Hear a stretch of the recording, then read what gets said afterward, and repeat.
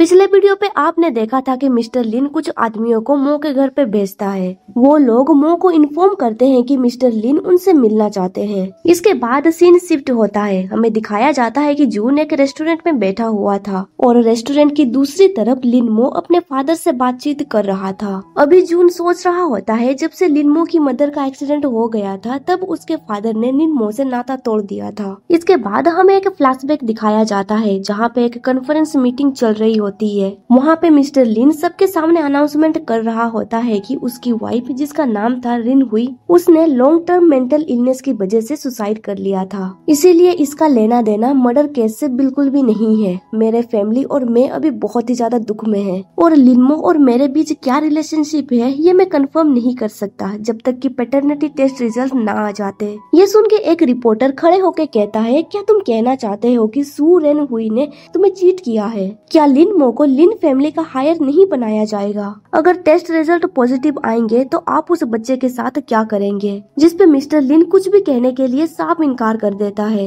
इसके बाद scene present में शिफ्ट होता है। जून सोच रहा होता है पर पैटर्निटी टेस्ट रिजल्ट कभी भी अनाउंस नहीं हुआ। उस समय लिनमो को लिन फैमिली से बाहर निकाल दिया गया था। इसीलिए तब मैंने डिसाइड किया कि मैं लिनमो का देखभाल करूंगा। इस पर्सन ने लिनमो का ट्यूशन फी भी नहीं भरा। इस तरह का पर्सन सडनली लिनमो से मिलना चाहता है। आखिर ये सब कुछ क्या चल रहा है? मिस्टर लिन मो से कहता है, तुम फिर से जून के साथ रह रहे हो। ऐसा लगता है अभी तुम दोनों का रिलेशनशिप बहुत अच्छा चल रहा है। देखा जाए तो मुझे उसका शुक्रिया कहना चाहिए। इतने सालों तक उसने तुम्हारी अच्छी देखभाल की। अगर जरूरत पड़े तो मैं उसके लिए लिंगचुआन डिस्ट्रिक्ट पे एक घर भी खरीद सकता हूँ। इस लिंगचुआन डिस्ट्रिक्ट पे अमीर लोग ही ज्यादा रहते हैं। मो कहता है, करंटली वो मेरा लवर है। ये सुन के मिस्टर लिन कहता है, ये तो दिक्कत की बात हो गई। पुलिस लोगों का सैलरी बहुत ही कम होता है। मुझे लगता है 50 मिलियन उसकी पूरी जिंदगी के लिए काफी है। इसके अलावा क्या तुम्हारे पास कोई दूसरा प्लान है? मो कहता है, 50 मिलियन उस घर पे जोड़ दो।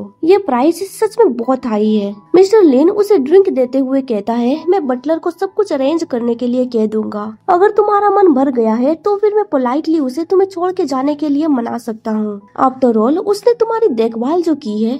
जिस पे मो कहता है, हाँ मुझे इसके बारे में पता है। मिस्टर लिन कहता है, करंट सिचुएशन को देखते हुए ये हमेशा इम्पॉसिबल है कि तुम किसी ऑर्डिनरी पर्सन के कांटेक्ट में आओ। फॉर्चुनेटली तुम एक स्मार्ट लड़के हो। तुम्हें पता है कि कब चीजों का एडवांटेज लेना चाहिए और कब पीछे हटना चाहिए। मैं पहले जैसा था, तुम उससे बहुत बेटर हो। मो कहता है, तुम्हें रिस्क लेके मुझसे मिलना नहीं चाहिए था। क्या सुकुई की वजह से तुम मुझसे मिलना चाहते थे? ये सुन के मिस्टर लिन थोड़ा हैरान में पड़ जाता है। फिर वो आगे कहता है, उस पर्सन के साथ मेरा कोई भी लेना देना नहीं है। मुझे बस इतना जानना था कि तुम करना क्या चाहते थे। जिस पे मो कहता है, मैं तुम्हें मजबूर करना चाहता था। ये सुन के मिस्टर लिन कहता है, तुमने क्या कहा? मो कहता है, सू के फोन में जो फोटोज है वो मेरे पास है।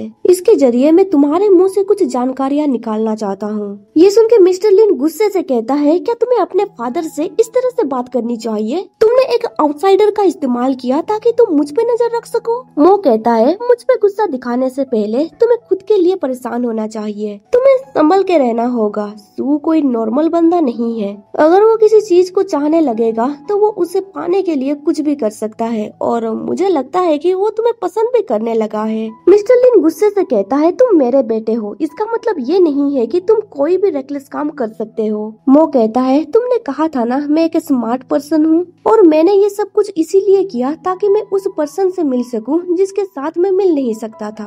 अब जो भी आउटकम होगा वो तुम्हारे ऊपर डिपेंड करता है। इससे मेरा कोई भी लेना देना नहीं है। मिस्टर लिन कहता है, तुम अपने ही फादर को कैसे ह्यूमिलिएट कर सकते हो? तुम सच में एक मॉन्स्टर हो। रिन हुई के साथ मुझे तुम्हें पैदा नहीं करना चाहिए था। ये मेरी गलती है। तभी मो कहता है, मैं जानना चाहता हूँ आखिर लिन ने ओरोबोरस को मेडिसिन प्रोवाइड क्यों की। ये सुन के मिस्टर लिन कहता है, तुम ये डायरेक्टली भी मुझे पूछ सकते थे। आखिरकार मैं तुम्हारा पिता जो हूँ। जिस पे मो कहता है, अनरियल रिश्तेदारों पर बहुत ज्यादा भरोसा करने से बेहतर है कि ऐसा लेन देन किया जाए जो जरूरी हो। ये सुन के मिस्टर लिन को बहुत ही ज्यादा गुस्सा तो आ रहा था, फिर भी वो शांत स्वर में कहता है, मैंने तुमसे ये बात छिपाई कि बोर्ड ऑफ डायरेक्टर ने रिक्वेस्ट किया है कि तुम वापस आ जाओ। फिर वो आगे कहता है, तुम्हारी मॉम ने अपने लाइफ के बारे में मुझसे कुछ छुपाया था। एक्सीडेंट के बाद मुझे पता चला कि वो 5 फेडरेशन प्रेसिडेंट की बेटी थी। इसके बाद हमें उस प्रेसिडेंट को दिखाया जाता है जिसका नाम था सू वेनशी।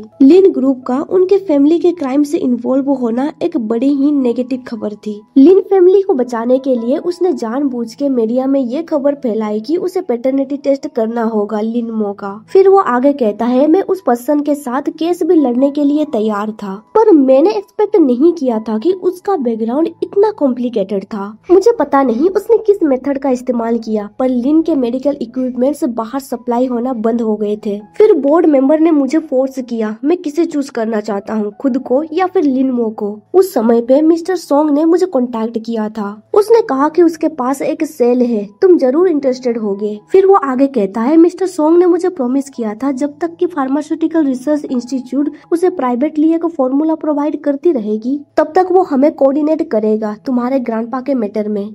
मिस्टर सोंग के ऊपर 3 चाय बॉल्स की सपोर्ट थी। पहला था द कांग्रेस, दूसरा है प्रोक्यूरेटर और तीसरा है पुलिस। उसके इसी पावर की वजह से मैं उससे एग्री हो गया। लिन पूछता है उन्हें कौन सी मेडिसिन का फॉर्मूला चाहिए था। मिस्टर लिन कहता है उन्हें सेरोटोनिन का इनहिबिटर चाहिए था। वो पूछता है क्या सेरोटोनिन का इनहिबिटर, ये तो एंटी डिप्रेसेंट है ना। मिस्टर लिन कहता है ये सिर्फ एंटी डिप्रेसेंट नहीं है, इसमें बहुत सारे विटामिन और नर्वोनिक एसिड्स मिली हुई है जिसकी वजह से बहुत ही कम समय के अंदर किसी के भी इमोशंस को शांत किया जा सकता है और कुछ समय के लिए उसे सेंस ऑफ हैप्पीनेस भी महसूस होता है। मो कहता है अगर सेरोटोनिन की मात्रा कम हो जाती है तो ह्यूमन ब्रेन में एंग्री रिस्पॉन्स को सप्रेस करना डिफिकल्ट हो जाता है, जिसकी वजह से एक ह्यूमन इरिटेट बिहेव करने लगता है।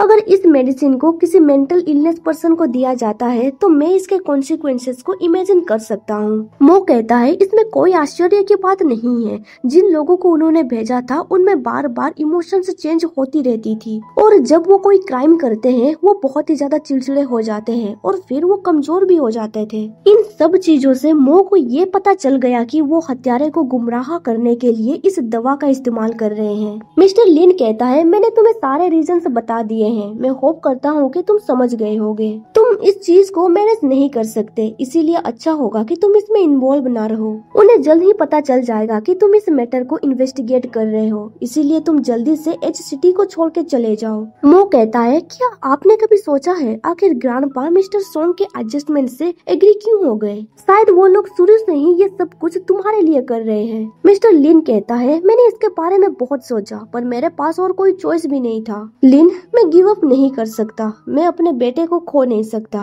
मो कहता है इसीलिए तो मैं आपसे कह रहा हूँ फादर, आप जल्दी से जल्दी एच सिटी छोड़ के चले जाइए। ये सुन के मिस्टर लिन कहता है क्या? मो कहता है मैंने आपको धमकाया, फिर भी आप अपने प्लान को नहीं छोड़ना चाहते। बहुत ज्यादा इमोशनल होना ये आपका एक वीकनेस है और आपकी तरह वीक पर्सन को इस एच सिटी में रहना नहीं चाहिए। अगर एक पिता अपने मीनिंगलेस सेंस ऑफ रेस्पॉन्सिबिलिटी को हटा देगा तो वो पहले से भी ज्यादा खुश रहेगा। ये सब कुछ सुन के मिस्टर लिन बहुत ही ज्यादा परेशान हो जाता है। देन वो कहता है मेरी जिंदगी में एक ऐसा वक्त आया था जब मैंने अपने रेस्पॉन्सिबिलिटी को छोड़ दिया था, वो था बिजनेस मैरिज को ठुकरा के तुम्हारी मोम से शादी करना। पर अभी मुझे ऐसा लग रहा है जैसे कि मैंने इसके लिए कुछ ज्यादा ही भरपाई कर ली है। मो कहता है एटलीस्ट मेरे मेमोरी के हिसाब से जब तक मोम जिंदा थी वो खुश थी, उनकी डेथ की वजह थी मेंटल इलनेस, ना कि आपकी गलती। फिर मो वहाँ से जाते हुए कहता है इसीलिए आपको खुद को ब्लेम करने की जरूरत नहीं है, इसके अलावा मैंने कभी भी आपके बारे में कंप्लेन नहीं किया है। मिस्टर लिन कहता है अपने ग्रैंडफादर से फाइट करने के बारे में सोचना भी मत, वो एक बीस्ट की तरह है जिसके हाथ खून से रंगे हुए हैं, तुम उन्हें हरा नहीं सकते। वो और मेरे पिता दोनों सेम थे, हम लोग इवेंचुअली उन्हें हट कर बैठेंगे जो हमारे साथ रहते हैं। पर मो बिना कुछ कहे जून के पास जाने लगता है, फिर उसका हाथ पकड़ते हुए कहता है चलो चलते हैं। जून उससे पूछने लगता है क्या सब कुछ खत्म हो गया? उसने तुमसे क्या कहा? तुम्हारा शकल उतरा हुआ क्यों है? पर मो बिना कुछ कहे जून को रेस्टोरेंट से बाहर लेके आ जाता है। जून पूछता है आखिर उसने तुमसे क्या कहा? तुम्हें देख के ऐसा लग रहा है जैसे कि तुम वहाँ से बच के निकल आए हो। मो हंसते हुए कहता है, उसने मुझसे कहा कि वो तुम्हें 50 मिलियन और एक घर भी देगा ताकि तुम मुझे छोड़ के चले जाओ। ये सुन के जून हैरान में पड़ जाता है और कहता है, क्या? फिर वो एक्साइटेड होके कहता है, मैंने अपनी जिंदगी में इतने पैसे कभी भी नहीं देखे। क्या इस लेजेंडरी ब्रेकअप से एक अमीर आदमी से मुझे इतने सारे पैसे मिलने वाले हैं? तभी जून उससे कहता है, मैं तुम्हारे लिए इसे एक्सेप्ट कर सकता हूँ। ये सुन के जून सोचने लगता है, इनफैक्ट मैं भी इससे एग्री हो जाता। पर फिर वो मो का कॉलर पकड़ते हुए कहता है, मेरे साथ करने के बाद तुम मुझसे ब्रेकअप करना चाहते हो? मो कहता है, ऐसी बात नहीं है। जून पूछता है, तो कैसी बात है? फिर वो मो को लेक्चर देने लगता है, एक ह्यूमन बीइंग होने के लिए सबसे इम्पोर्टेंट बात क्या है? जिस पे मो जवाब देता है, अमीर होना। ये सुन के जून को बहुत ही ज्यादा गुस्सा आने लगता है और वो चिल्लाते हुए कहता है, तुम सेमलेस पर्सन हो, तुम बहुत बुरे हो। अगले सीन में हमें हेडक्वार्टर दिखाया जाता है। मिंग पूछती है, ये क्या है? जून कहता है, ये लिनमो है। मिंग कहती है, मेरा मतलब है कि वो ऐसे एक्ट क्यों कर रहा है? जून कहता है, शायद सेल्फ रिफ्लेक्शन की वजह से वो ऐसा कर रहा है। फिर वो आगे पूछता है, तुमने हड़बड़ी में हमें यहाँ पे क्यों बुलाया? मिंग कहती है, डायरेक्टर ने तुम्हें डिमोटेड कर दिया है।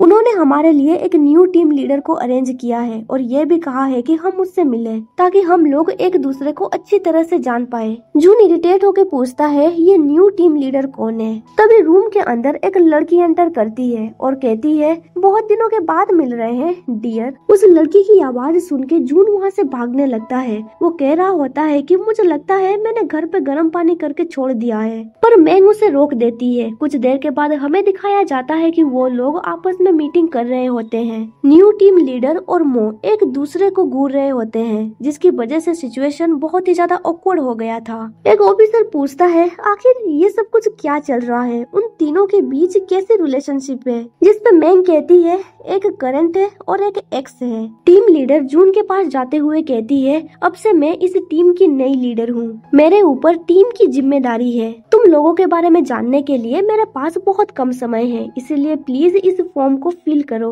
उस फॉर्म को देखने के बाद जून पूछता है, यहाँ पे करंट एड्रेस लिखने के लिए क्यों कहा गया है? क्या ये भी जॉब का एक हिस्सा है? टीम लीडर उसके कंधे पे हाथ रखते हुए कहती है, ये इसीलिए है ताकि मैं तुम्हें आसानी से ढूंढ सकूं। इस बार तुम मुझसे बच के नहीं जा सकते। आखिर तुमने मुझे सडनली ब्लॉक क्यों कर दिया? तभी मो उसे दूर पुश करते हुए कहता है, तुम कुछ ज्यादा ही करीब आ रही हो। मैं ब्रदर जून की मदद कर दूंगा फॉर्म फिलअप करने में, वैसे भी हम दोनों साथ में रहते हैं। टीम लीडर को तो गुस्सा आ रहा था, पर वो मुस्कान के साथ कहती है, क्या तुम ही उसके छोटे भाई हो जिसके बारे में वो हमेशा बात करता रहता था? वैसे तुम्हारा ये छोटा भाई बहुत हैंडसम है। पर लिनमो कहता है, तुम एक बूढ़ी औरत हो और बहुत ही बदसूरत लगती हो। ये सुन के टीम लीडर गुस्से से कहती है, तुमने क्या कहा? तभी जून अपनी कुर्सी से उठ जाता है और कहता है, लिनमो, किसी से तुम इस तरह से रूडली बात नहीं कर सकते, तुम जल्दी से उसे माफी मांगो। पर मो उसे इमोशनली ब्लैकमेल करते हुए कहता है, मैं नहीं करना चाहता। जून कहता है, अब तुम बच्चों की तरह एक्ट करना बंद करो। फिर जून टीम लीडर से कहता है, मैं उसकी तरफ से माफी मांगता हूँ। फिर वो लिनमो को अपने करीब खींचते हुए कहता है, मैं तुम्हें और एक बात बताना चाहता हूँ, अब वो सिर्फ मेरा ब्रदर नहीं है बल्कि वो मेरा बॉयफ्रेंड भी है। यहाँ पे ये चैप्टर खत्म होता है। वीडियो पसंद आया तो लाइक कर दीजिए और आगे का स्टोरी जानने के लिए मेरे चैनल को सब्सक्राइब कर दीजिए। साथ ही बेल नोटिफिकेशन ऑन कर दीजिए ताकि आपको मेरा हर वीडियो का नोटिफिकेशन मिल सके। Thank you for watching my videos.